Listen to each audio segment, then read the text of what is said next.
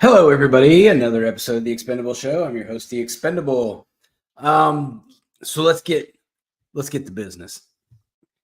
If you like my show, subscribe, ding the bell, because I need fans. I have 63. I got way more on my TikTok and way more on my Twitter. So I'm trying to catch my YouTube up with my followers everywhere else. So for those of you who follow me regularly and you want to check out my secondary podcast that I have, I just did the first episode on Saturday. I liked it. We'll work on the flow of it a little bit. But it's going to be about mental health. It's something that I'm passionate about. My education background is in that field. So I just want to, be a listener for people. And it kind of inspired me from TikTok. I was watching, and everybody remembers Blue's Clues. Steve has been making TikToks, and he's basically coming out and just saying, "How's everybody doing? Talk to me." And then he won't say nothing the rest of the video, and then comments just keep pouring in about things. And I thought about that. I'm like, man, what a great piece of therapy there. And I've listened to other podcasts about mental health, and there's a lot of really good ones out there that you learn a lot from. But I want to, with my history and the things that I do, I can get a lot deeper into that brain instead of scratching the surface. So that's what we try to do on the show, is get a little bit deeper and get to those deep-rooted causes of things. So if any of you want to check that out, it's on my it's on this YouTube page of mine, but it's under a new file or a new tab or whatever. So it'll be it'll be a tab, but it's called The Psych Crusader. So I hope you all jump in that and watch it and enjoy. I'm gonna keep doing them. Like I said, I don't care if nobody watches my podcast. One day somebody's gonna watch it and go, "Wow, that helped me." So that's what it's all about. So on today's show, there is a lot of stuff to cover, and the media just kind of makes everything irrelevant all the time. It's kind of annoying. Like, these major things happen, and they just kind of we'll give our 20 seconds to it, and then we'll move on. I don't like that. It's deceptive, and it's hiding things. So let's talk about Atlanta on Friday. So Kamala was here, and she was in Cobb County, in I think it was Alpharetta, but which is a high upscale area of Atlanta for all you for the people, Kamala Harris lovers. All she's doing is catering to the money, so there you go. There was only maybe like 1,000 people in the stands. The venue wasn't that big anyway, so she can't book big venues without bussing everyone there. So that's something to think about, something to look at. So the one big mistake she made is she made a very, very false statement about Donald Trump and his abortion policy. And I want everybody to understand that while you all are out there picketing for pro-choice, which is your right, you have every right to do that. I am a pro-life 100%. I mean, I do agree with the stance of that under medical duress, there should be allowed to be, procedures in place to save the mother if the pregnancy is going to cause some major issues. So I do believe in the clauses in that. However, overall, if you have a healthy baby in you, you should not be aborting it. That's my stance on it, and that'll forever be my stance. I don't care how passionate you are about what you're doing and your choice. If you kill my baby, we have a serious problem, and it's going to take every ounce of me to not retaliate against you. Just so when you women are out there killing babies, you better think about the fathers, because I will literally go crazy if you kill my baby. Anyway, she's faulting Trump for these two young ladies that she's talking about and their deaths that happened. One of them didn't happen here, but they're both from out of the stories are both out of Georgia. And she's trying to say that that Georgia doesn't have that Trump's policies caused these two young ladies to die, when in fact it was the actual procedures of the abortion that caused the deaths. One of them was medication related, and the other one was during the surgery. They did not get all of the baby out, and it caused sepsis and all that, and the mother died. So she's trying to blame that on Trump. However, Georgia does allow exception abortions, and both of those young ladies would have fallen under the abortion exception rule. So she can say that all she wants. She's just trying to gaslight all you pro-lifers to stay on board because she's losing voters in every other demographic that she's got. So you're the only thing that's holding her in this race. But she can at least tell the fucking truth. And I think it's a travesty that she has to lie repeatedly over all kinds of Trump stuff just to deflect from her lack of policy. In the policy that she has talked about, which is probably 10%, is horrid. The policy is horrid. And we'll get into that more here in a second. So nearly a dozen doctors have already come out and fact-checked Kamala Harris and told her that her position on that with Trump is not true, that Georgia does have the exceptions.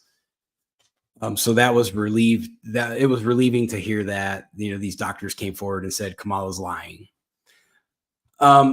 Another thing, you all need to go watch this. It's all over YouTube. It's all over TikTok. It's all over Twitter, True Social. Kamala Harris was drunk as hell during that whole thing. If you have ever had experience drinking, you will know that she was super drunk. Period. There's no, well, she might have been. No, that she was drunk. That's what she's got to do. Her anxiety is so high when she does these events. She had to get drunk, and she's losing, so she's panicking. They're panicking. The polls keep slipping. Every time a new poll comes out, Kamala's losing more. So the campaign's falling apart. Trump's gaining ground. Kamala don't know how to crawl out of this hole. So she gets drunk. I guess if that's what is going to get you through, get drunk. Fuck it. So let's get off of Kamala Harris. Like she screws up enough on her own. I don't need to continue to talk about how much of a fuck up Kamala Harris is. So let's talk about Diddy. Yeah.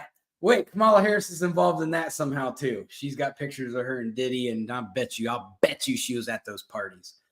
So anyway, Diddy updates. Kim Kardashian was interviewed by authorities on Saturday. Usher and Pink have both deleted they've wiped out their X accounts. Like they're there, but there's no post. They took all their posts off.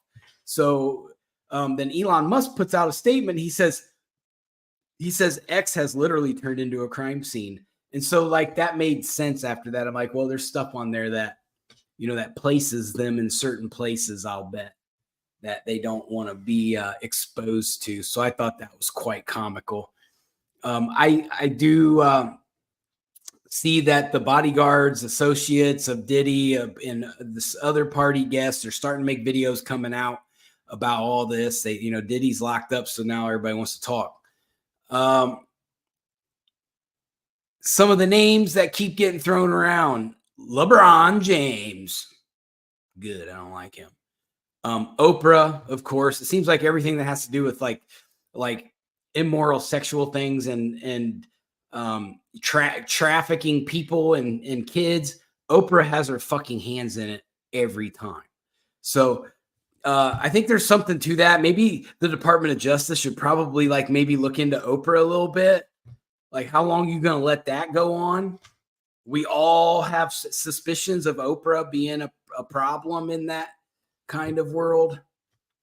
Also, there is information getting leaked out that says that when Michelle Obama's information about Diddy comes out, it is going to bring down the whole Democrat Party.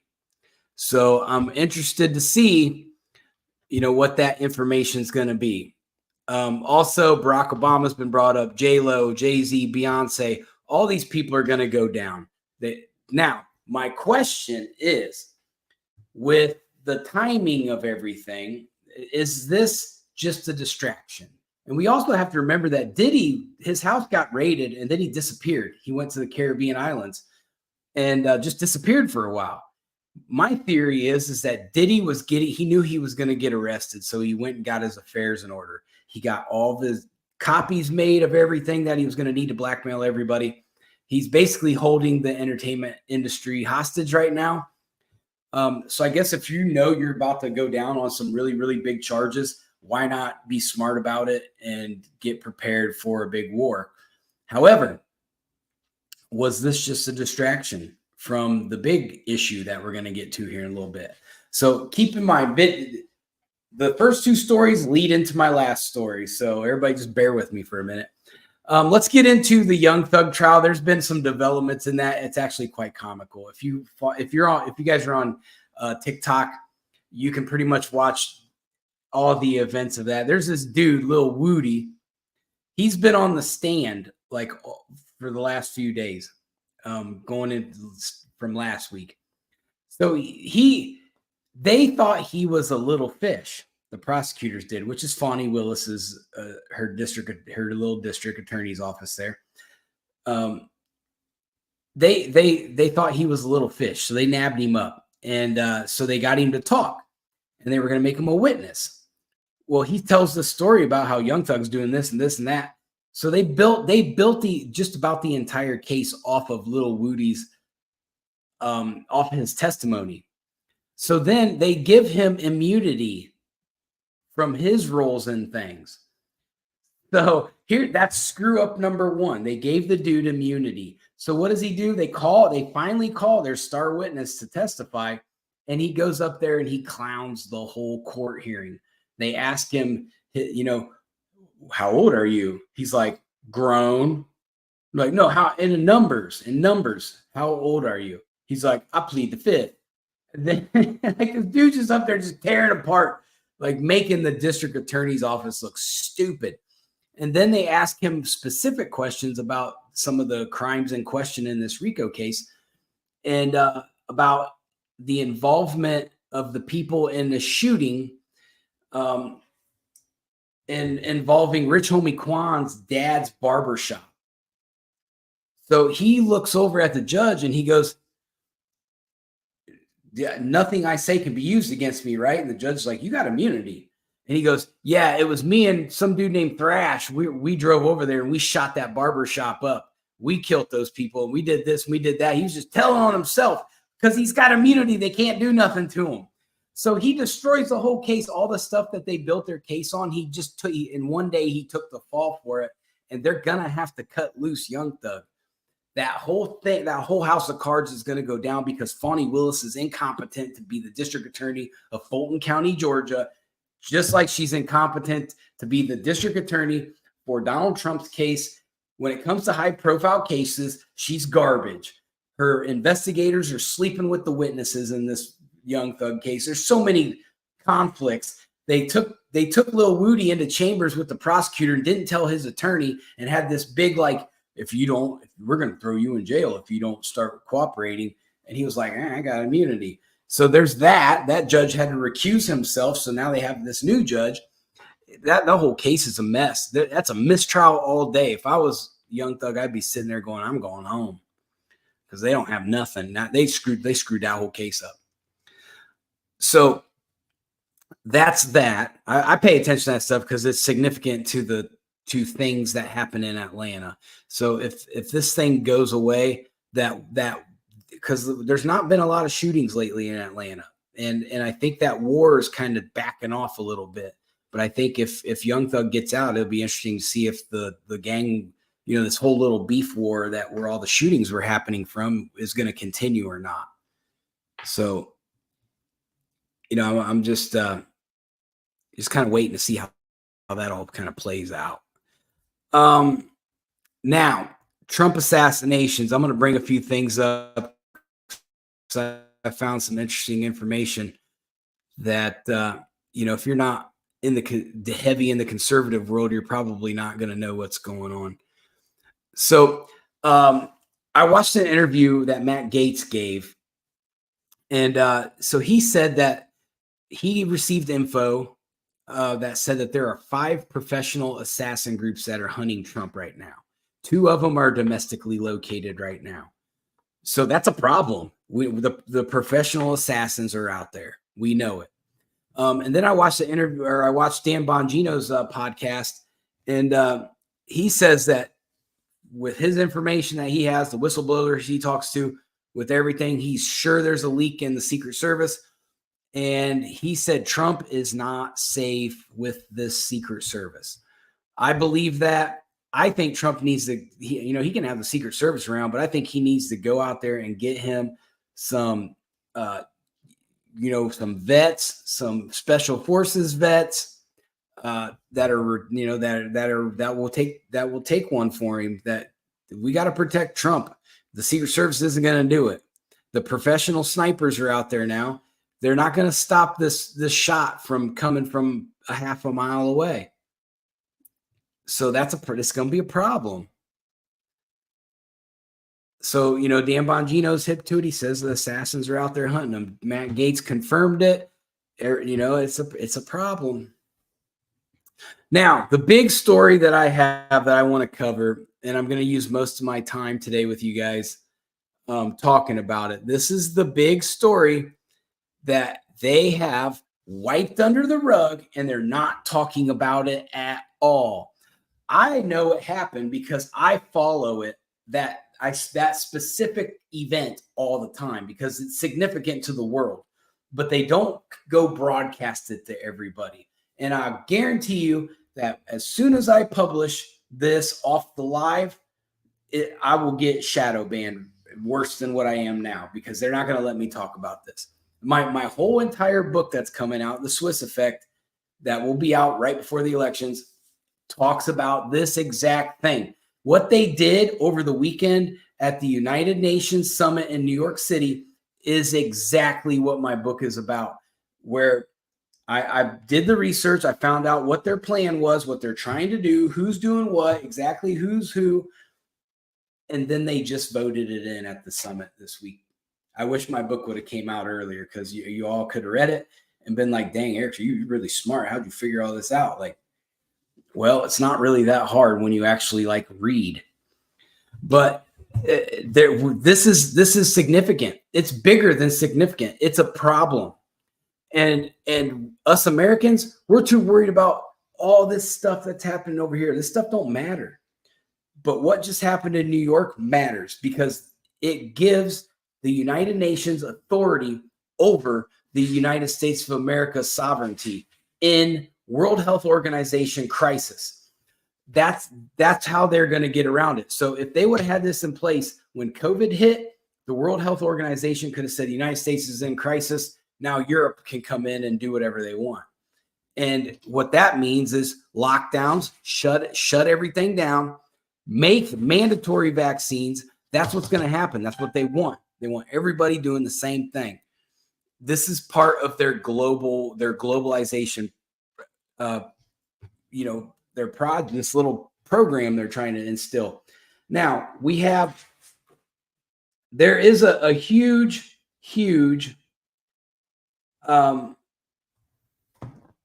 scenario. So I guess I can call it a scenario because they haven't acted out on it yet.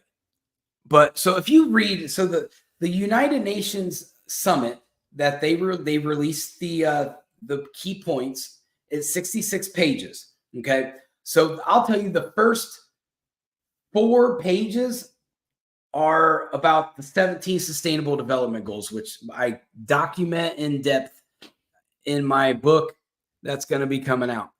That is basically how they go through every sector of the world of the things that we need, like energy, the legal system, the pollution stuff, like all these things, like how we educate our children, how everything that you can think of, these 17 key points, and they tell us how we're going to do it as Americans. They're already doing it in Europe. It's already happening. And that's why Europe's a big, giant mess. Now, they're doing it here too. It's just on a smaller scale. And I've been talking about these things in past podcasts, like especially with the education system. They've already infiltrated our education system, which is why we're 22nd in the world in elementary education. That's why we suck at education compared to the world, is because of this program. You will not see European countries in the top 20 in the world in education. Why? Because they utilize this stupid ass program that doesn't work. All they want you to do is sit around and accept each other for who they are, and you're not going to learn shit about academics. It's a waste of time. It's a waste of money. And let me tell you one other thing. Do you know who funds this? We do. With our 2% GDP, our 4.3% GDP that we pay double of what the minimum requirement is. So we own this program, and they created it, and now they're going to destroy democracy with it. They're going to try to infiltrate our republic with this program. Now, if we give them this power, the World Health Organization, which it's already happened. We're part of the United Nations, so we've already relinquished it. And so when this happens, they can utilize it in whatever way they want. They can send troops over here. NATO can be over here without invitation. All the World Health Organization has to do is say, United States of America is in a pandemic, shut it down. And if they resist, send NATO over there. So the chips are in place to force us to do it. Now, let me read you an excerpt from this. So they call it the Pact for the Future. That's what the United Nations is labeling it. And their 3-day summit, they call that the Summit for the Future. So everything is future oriented.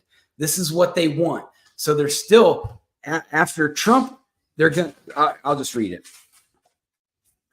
It says, we will take a bold, ambitious, accelerated, just, and transformative actions to implement a 2030 agenda, achieve the sustainable development goals, and leave no one behind. So they basically said it right there. We are going to force you to do this, and you're going to like it. No one's getting left behind, and this is all going to get done by 2030. I've been saying this for the last year since I started writing my book. 2030, 2030, 2030. And everybody's like, well, that's kind of a conspiracy theory. Well, it's in fucking black and white now. All you people tell me I'm a conspiracy theorist. They just voted it in. It's done. And we all sat here and let it happen. We let Joe Biden allow it to happen. We let Kamala Harris allow it to happen. Well, Barack Obama's in on it.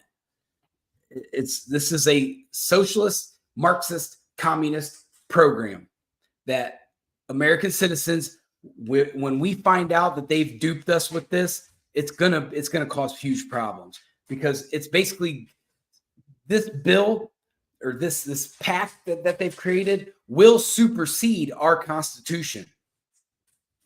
Think about that. It will supersede our Constitution. That's no good.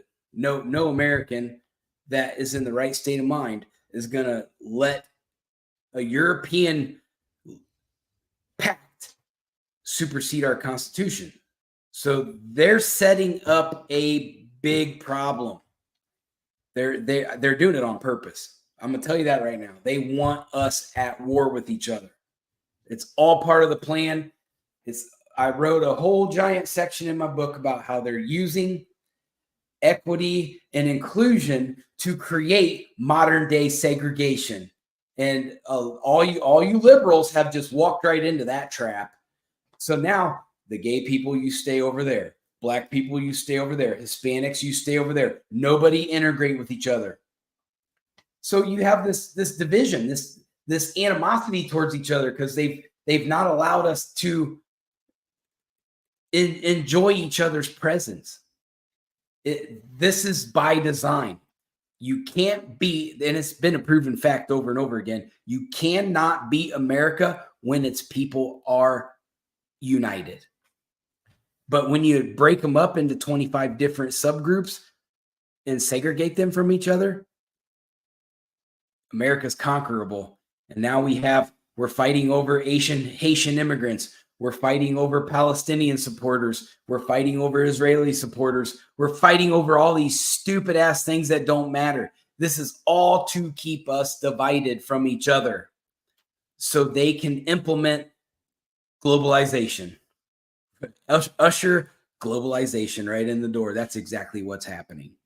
And we're too stupid right now. We're too distracted with Diddy and Kamala Harris being drunk and all these stupid things that don't matter. I'm paying attention. You all need to pay attention to this. They put it right out there in the open. All you got to do is go look at it and read it. It took me some digging to find some of it, but I took my book way further. This goes way deeper than what I'm talking about right now. It's sickening.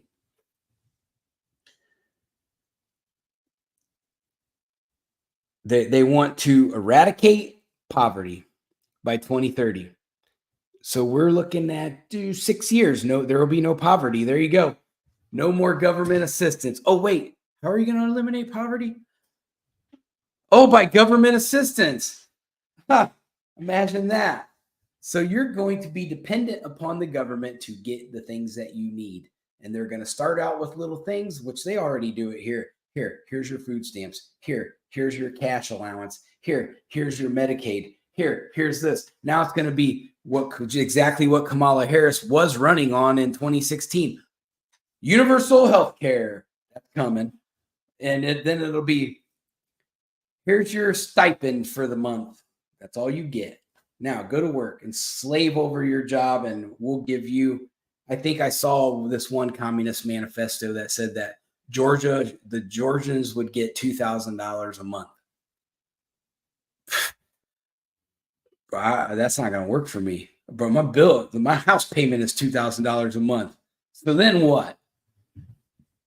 Is the government going to buy my house and get rid of my loan? I doubt it. Are they going to get rid of my car payment? I doubt it. Are they going to get rid of expensive ex-wives? I doubt it. Like, it's a big joke, and I'm laughing, I'm smiling, but this ain't something to play around with. I'm just right. This solidifies that my book's right.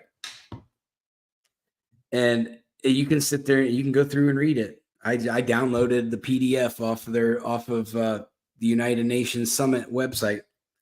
It's all there, 66 pages. The Sustainable Development Goal financing gap in developing countries. So basically, the United States is going to fund the developing countries. So we're going to pick up the bill for other people, which we pretty much own Europe. We just don't take ownership of Europe. But you know what? Europe, with this pact, you're damn sure they're going to come take ownership over us. So this is all going to be they want to get rid of the dollar, which I may be speaking outside of my expertise. I know I am. I'm speaking outside of my expertise with this statement. I wish Trump would dump the digital currency idea because that's what they want. They want one currency. They want to kill the dollar. They want to crash our economy, make us all go crazy after we have no money in our bank accounts. It's all in here. You can read it. They want one digital currency across the world, and it's not going to be the dollar. So what do you think is going to happen when they crash the dollar? We're not going to have any money in the bank.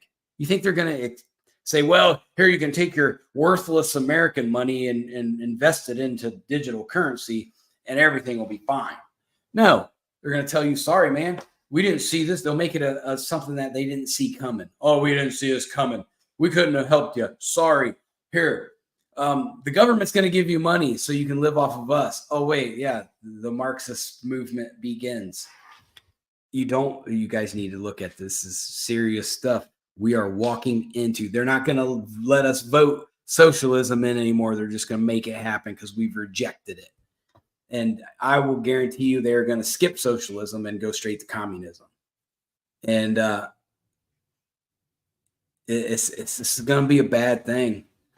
I want to be restrictive of what I say, but I saw this coming a year ago. I saw it coming a year ago, and everybody told me, "No, it ain't gonna be like that. You're a little too much on it." Well, guess what? I was right. And there's more. There's more. All of these stories that I talked about before this story, they all intertwine in this. And if you read my book, you will see how the entertainment industry's in on it. They all are in on it. They're all playing by the marching orders of one person. And I name that person. And I can tell you exactly where all this originated from. I can tell you what other individuals are part of it. I can tell you who thinks that the fourth industrial revolution is the most remarkable future program in the world, that the 17 sustainable development goals is basically code word for the fourth industrial revolution, that one sick human being in this world has hung their entire life on this one principle. And that's in my book. And that's what they go off of, the dream of the fourth industrial revolution by one human being. They're doing that plan because he wants to do it. So you guys we got to get it together, America. We're getting close. We are getting so close. So there's a Kamala partying in Los Angeles on TV right now. Probably at a Diddy party. But we are so close to this from being full-fledged. That the United Nations has this whole program ready. They're trying to figure out how to get Kamala in there. If Kamala gets in there with the United Nations new program, you add 1 + 1, it's going to equal 2. And then you bring in the flood of European communists. If you go look at every single world organization based in Europe, every department head of those, the directors, if you look into their backgrounds, which I already did the work for you in my book, I name them all and I give you their background and what they're all about. They are all socialist and communist. This program does not come, we're not accidentally turning into socialism. It's by design. These European Marxists have created this program and they've infiltrated our government. They did it a long time ago and now they're throwing policy at us. We're not doing nothing. Somebody needs to talk about it. I've only ever heard Kennedy and Trump talk about it. Kennedy knows it's going on. Trump knows it's going on. They keep speaking on it. I've seen Rachel Campos Duffy on Fox News. She has actually talked about it in brief, but I'm sure she got in trouble for bringing it up. So has Pete Hegseth on Fox. He's mentioned it before too. This is something we need to be worried about. Go do your research. Go look into this program. Go look into the 17 Sustainable Development Goals. Read them. And then read what they do beyond what the words say. Read into how the United Nations and NATO and the European Union, they want to continue to colonize. They want to continue. They want to come over here and colonize. They want to go into Africa and steal all their natural resources because they know Russia won't give them any oil. So they're looking for other means of money. There's nothing that they can provide the world in Europe. There's not enough farmland. There's not enough this. There's not enough that. Europe's not big enough. And so they're trying to steal it from other countries. I hate Europe. But I'm going to cut this short today.